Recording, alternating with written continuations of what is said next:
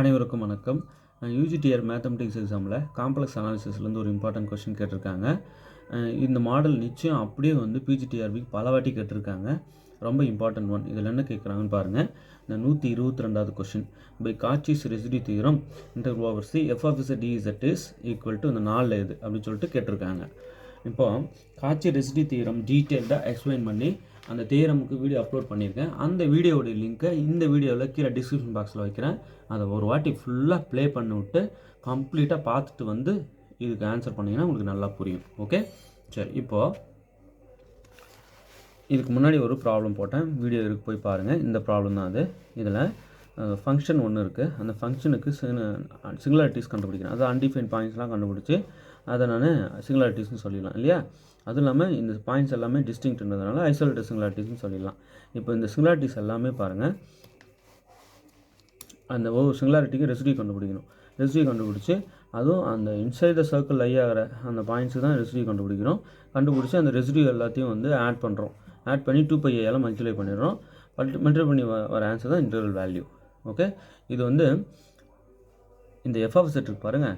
இந்த closed curve சியில் அனாலிட்டிக்காக இருக்கணும். எக்ஸப்ட் இந்த ஏ கேஸ், இந்த ஐசோலேட்டட் சிங்குலாரிட்டிஸ் இருக்கு இல்லையா, இந்த ஐசோலேட்டட் சிங்குலாரிட்டிஸ் தவிர்த்து மற்ற எல்லா பாயிண்ட்ஸ்லையும் சியில் அனாலிட்டிக்காக இருக்கணும். மெயின் கண்டிஷன் அது.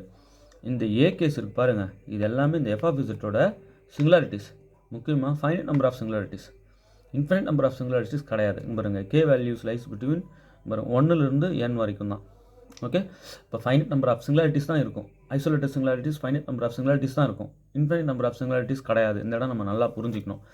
ஓகே, இப்போ இங்கே வந்தீங்கன்னா interval over C F of is டிஇசட் is equal to என்னன்னு கேட்குறாங்க. சார் க்ளோஸ்டு கர்வ்லாம் எதுவும் அவங்க சொல்லலையே, அனாலிட்டிக்காக இருக்கும் அப்படின்லாம் சொல்லியே. இங்கே பாருங்கள், பை காச்சி ரெசிடியூ தியரம் சொல்லிட்டாலே அங்கே என்னென்னலாம் ஹோல்ஸோ ஆட்டோமேட்டிக்காக இங்கேயும் அது ஹோல்ஸ் அப்படின்னு நம்ம நினச்சிக்கணும். புரியுதுங்களா? அப்போ இந்த இன்டர்வல் வேல்யூ என்னென்னா πiன்னு இங்கே ஸ்டார்ட் ஆகுது. நிச்சயமாக இது கிடையாது. 2πi இல்லையா, இதோ இருக்கு பாருங்கள் 2πi. பட் இங்கே பார்த்தீங்கன்னா அந்த ஏகே அங்கே இங்கே ஜே யூஸ் பண்ணியிருக்காங்க நோட்டேஷன், அவ்வளோதான். J equal to 1 to n இருக்கணும். இங்கே 1 to infinity இருக்குது. இன்ஃபினிட் நம்பர் ஆஃப் சிங்குலாரிட்டிஸ் பற்றி அந்த காச்சி ரெசிடியூ தியரமில் சொல்லலை. ஃபைனைட் நம்பர் ஆஃப் சிங்குலாரிட்டிஸ், மெயினாக ஒரு ஃபங்க்ஷனுக்கு ஃபைனைட் நம்பர் ஆஃப் சிங்குலாரிட்டிஸ் தான் இருக்க முடியும் இல்லையா. அந்த finite number of singularities isolated சிங்குலாரிட்டிஸாக இருக்கணும். அந்த சிங்குலாரிட்டிஸ் அந்த பாயிண்ட்ஸில் மட்டும்தான் ஃபங்க்ஷன் நாட் அனாலிட்டிக்காக இருக்கும். மற்ற எல்லா இடத்துலையும் அது வந்து அனாலிட்டிக். ஓகே, சரி. அப்போ இங்கே வந்து இன்ஃபைனைட் நம்பர் ஆஃப் சிங்குலாரிட்டிஸ் மாதிரி கன்சிடர் பண்ணி போட்டதுனால இதுவும் எடுத்துக்கூடாது. இங்கே பாருங்கள் 2πi ஸ்டார்ட் ஆகுது. ஜே வேல்யூஸ் இங்கே கே நோட்டேஷன் யூஸ் பண்ணலாம், ஜேவும் யூஸ் பண்ணலாம். இங்கே நான் கே யூஸ் பண்ணியிருப்பேன். கே கூட 1 to n ஏகே. இப்போ இங்கே பார்த்தீங்கன்னா ஜே கூட 1 to n இசட்ஜே. இதில் இந்த எஃப் ஆஃப் இசட்டு இந்த பாயிண்ட் இசட்ஜே இருக்கு இல்லைங்களா. இந்த ஒவ்வொரு எத்தனை ஃபைனைட் நம்பர் ஆஃப் ஒரு 10 பாயிண்ட் இருக்கலாம், 2 பாயிண்ட் இருக்கலாம், ஒரு பாயிண்ட் கூட இருக்கலாம். அப்போ அந்த ஒவ்வொன்றுக்கும் ரெசிடியூ கண்டுபிடிச்சி அப்போ 2-3 ரெசிடியூ வந்து அது எல்லாத்தையும் ஆட் பண்ணி 2πi மல்டிப்ளை பண்ணணும். இப்போ இங்கே பார்த்தீங்கன்னா கரெக்டாக அந்த தியரமோட ஸ்டேட்மெண்ட்டோட இதான் மேட்ச் ஆகுது. சரி, அடுத்ததும் பார்த்துருங்க. இது πiன்னு ஸ்டார்ட் ஆகுது. அப்போது ஏவும் டியும் சூஸ் பண்ணவே முடியாது. 2πi ஸ்டார்ட் ஆகுதுனால இது ரெண்டையும் நம்ம சூஸ் பண்ணலாம். பட் இதை நம்ம சூஸ் பண்ணவே கூடாது. ஏன்னா இங்கே 2πi இருக்குது, இங்கேயும் இருக்குது. பட் என்ன ஆயிடுச்சுன்னா இங்கே சிங்குலாரிட்டிஸ் இருக்குல்ல, ஐசோலேட்டட் சிங்குலாரிட்டிஸ், அது இன்ஃபைனைட் நம்பர் ஆஃப் ஐசோலேட்டட் சிங்குலாரிட்டிஸாக கன்சிடர் பண்ணி இந்த ரிசல்ட் சொல்லியிருக்காங்க. இது கிடையாது, தவறு. Finite number of isolated singularities தான். கண்டிப்பாக ஃபைனட்டாக இருக்கணும் சிங்குலாரிட்டிஸ். இதுதான் அது.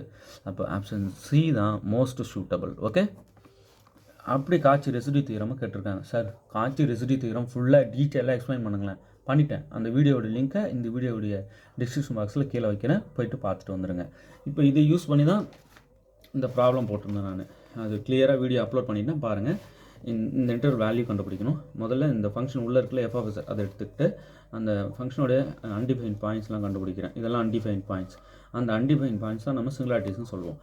இது சிங்குலாரிட்டிஸ் தான் ஐசோலேட்டட் சிங்குலாரிட்டிஸ். டிஸ்டிங்க்டாக இருந்தாலே போதும், ஐசோலேட்டட் சிங்குலாரிட்டிஸ்னு சொல்லிடலாம்.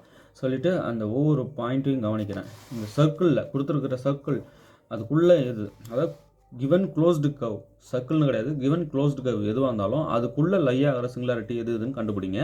வெளியே லை ஆகிற கண்டிப்பாக ஆன் த பவுண்டரி இருக்கக்கூடாது, வெளியே இருக்கிறதையும் எடுத்துக்கூடாது. இன்சைட் த கர்வ் எதுன்னு பாருங்கள், இது ஒன்று மட்டும்தான். அப்போ எது இன்சைட் த கர்வோ, லைஸ் இன்சைட் கர்வோ, அதுக்கு மட்டும் ரெசிடியூ கண்டுபிடிங்க. ரெசிடியூ கண்டுபிடிச்சி இப்போ இது மூணுமே இன்சைட் கர்வ் லை ஆகிடுச்சு சார் அப்படின்னா மூணுக்குமே நீங்கள் ரெசிடியூ கண்டுபிடிக்கணும். அது கண்டுபிடிக்கிற ஃபார்முலா தான் இது. அதில் இந்த இசட் வேல்யூ கொடுக்குறீங்க, பாயிண்ட்டை கொடுத்துட்டு அப்படியே சிம்பிளிஃபை பண்ணுறீங்க. இதான் ஃபார்முலா. இதில் போட்டு அப்படியே சிம்பிளிஃபை பண்ணால் அந்த ஒவ்வொரு பாயிண்ட்லையும் ரெசிடியூ கால்குலேட் ஆகிடும். இங்கே ஒன்று தான் லை ஆகுதுனால ஒன்று மட்டும் கண்டுபிடிச்சிருக்கேன். இப்போ 3 லை ஆச்சு, 3க்கும் ரெசிடியூ கண்டுபிடிச்சி அந்த 3த்தையும் கூட்டணும். பாருங்கள், சம் பண்ணணும். அதை நீங்கள் மறந்துடக்கூடாது. ஓகே, ஒவ்வொரு ஏகேக்கும் ரெசிடியூ கண்டுபிடிச்சி அந்த ரெசிடியூஸ் எல்லாத்தையும் ஆட் பண்ணி 2πaல மல்டிப்ளை பண்ணணும். பண்ணால் நமக்கு வர ஆன்சரு இந்த கணக்குக்கு 1 தான். ஸோ 1ன்றதுனால அப்படி டேரெக்டாக 1 மட்டும் போட்டு மல்டிப்ளை பண்ணி சிம்பிளிஃபை பண்ணிட்டேன். ஓகே, இந்த ப்ராப்ளம் வீடியோ இருக்குது, அதையும் போயிட்டு பாருங்களேன். ஒரே கொஷின் பேப்பர் தான் யூஜிடிஆர்பி. ஒரு கொஷினில் அந்த ரிசல்ட்டை கேட்டிருக்காங்க, அந்த காட்சி தியரமோட ஸ்டேட்மெண்ட்டை அப்படியே கேட்டிருக்காங்க. இன்னொரு கொஷின் ப்ராப்ளம் கேட்டிருக்காங்க. அப்போது கொஷினும் வருது, தியரமோட ஸ்டேட்மெண்ட்டும் வருது. இப்போ காட்சி ரெசிடியூ தியரம், காட்சி இன்டெக்ரல் ஃபார்முலா, காட்சி கோசா தியரம், இது எல்லாத்துக்கும் வீடியோ போட்டிருக்கேன். அந்த வீடியோஸ் எல்லாம் கூட இதிலே வைக்கிறேன். நீங்கள் ஒன்ஸ் ப்ளே பண்ணி பார்த்துட்டு வந்துடுங்க. ஓகே, தேர்வில் வெற்றி பெற வாழ்த்துக்கள். தேங்க்யூ.